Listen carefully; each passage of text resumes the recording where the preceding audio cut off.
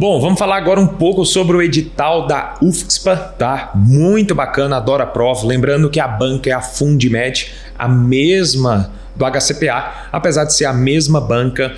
O estilo tem várias mudanças, o estilo de prova também, as pessoas que fazem são diferentes. Existe até uma conversa que são pessoas, apesar de ser a mesma banca, usam a mesma estrutura, mas as questões são elaboradas por pessoas diferentes. Pode ter uma ou outra pessoa ali que fazem parte das duas, mas você vai ver que tem uma diferença em relação tanto à estatística, essa parte toda. Bom, Lucas, comente sobre essa banca, essa prova, né? Porque a banca é a Fundmed, a gente já comentou.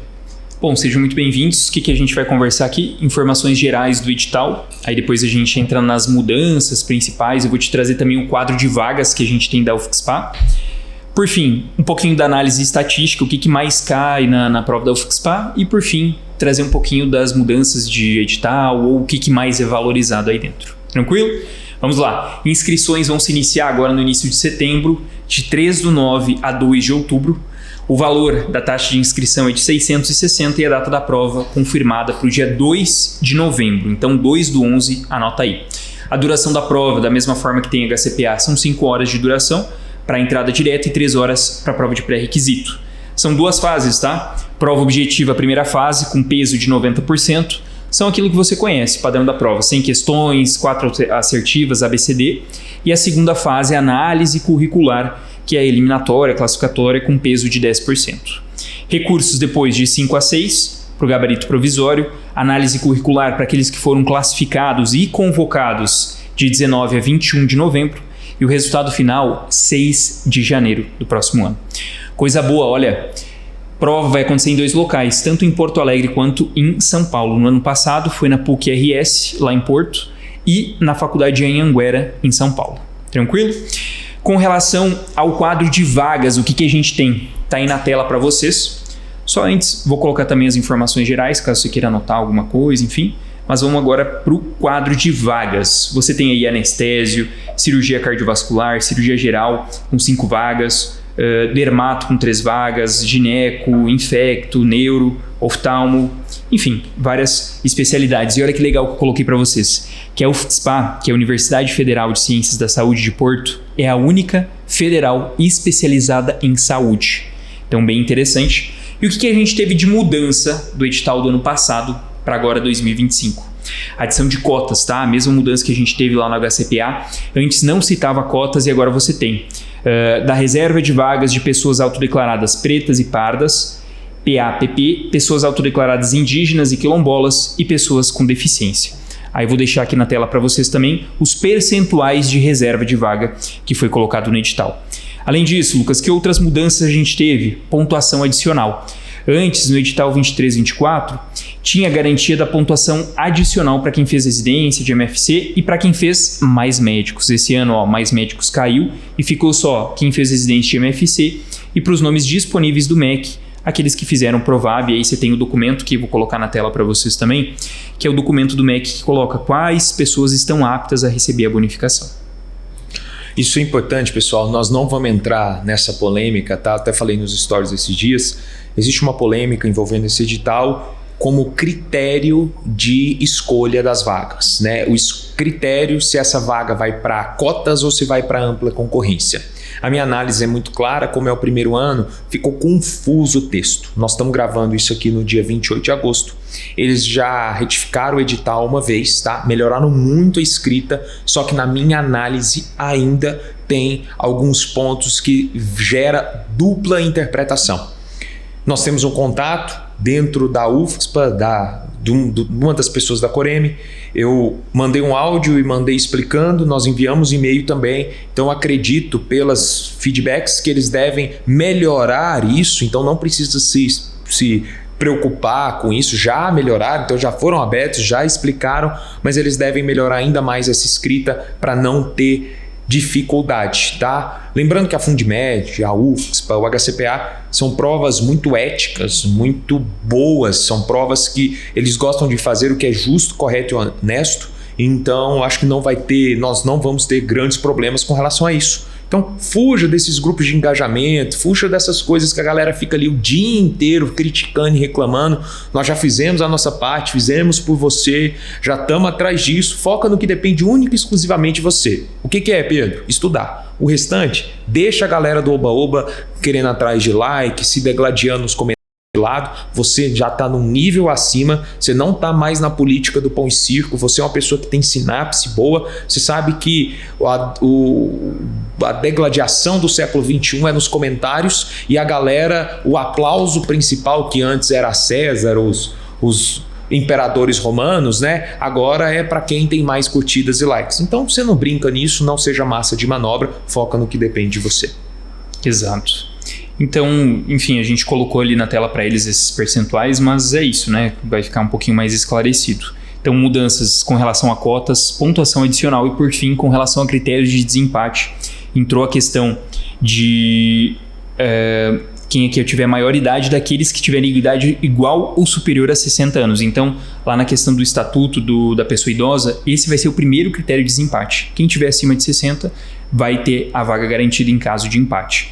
Depois, o segundo critério é a maior pontuação na prova objetiva, e aí depois vem aquele critério que a gente já sabe que é de maior idade, mas aqueles que não se enquadraram na ideia de estar acima de 60 anos. Por fim, vai ser sorteio.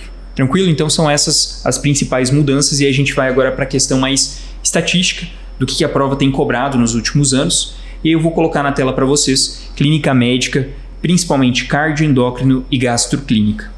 Tá? Você tem manejo de diabetes, transtorno do humor, como os dois temas mais importantes. Agora, se você olhar ao lado, cirurgia é gastrocirúrgica e perioperatório.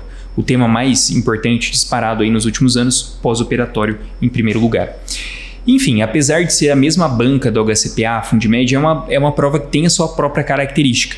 Ela é uma prova que traz menos contextualização de exames laboratoriais, casos clínicos um pouco mais diretos, é uma prova mais objetiva, tá, do que a prova do HCPA, é uma prova que você consegue terminar com menor tempo, a não ser, claro, algumas questões que tem assertiva 1, 2 e 3, ou tem coisa de correlacionar que daí requer um trabalho maior, um pouquinho mais de tempo, mas no geral a prova é mais objetiva, a prova é um pouquinho mais direta, ok?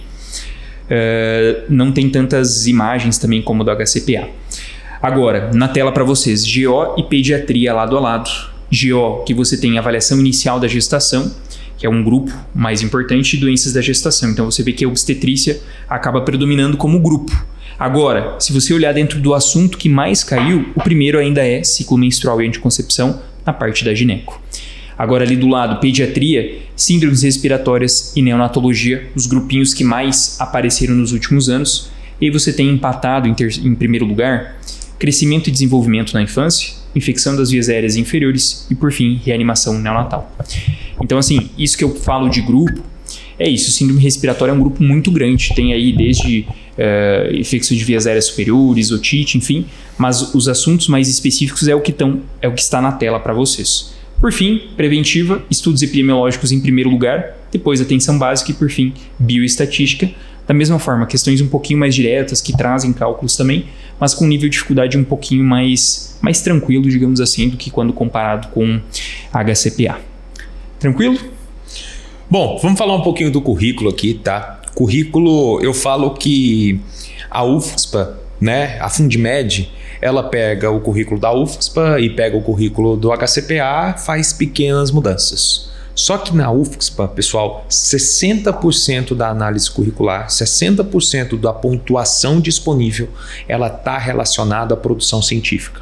Então, se você pega o item C, 3 pontos relacionados à publicação, livro, resumo publicado em evento nacional, internacional, essas coisas todas, tá? Até publicação em anais. Então, 3 pontos só nessa parte de produção científica, 1,5 ponto de apresentação desses trabalhos em congressos, e isso é muito importante, essa apresentação, tá? A gente até reverencia os nossos alunos, tem um congresso que eu gosto muito, que tem todo ano, que é o CBEM, que vou até deixar o link aqui para você, eu acho que esse ano já foi, mas se você quiser pensar no ano que vem tudo, que é um congresso que eles aceitam essas apresentações. Então, muitos alunos apresentam, é de forma online, a apresentação é bem legal, porque você grava um vídeo apresentando o trabalho, eu acho muito foda isso.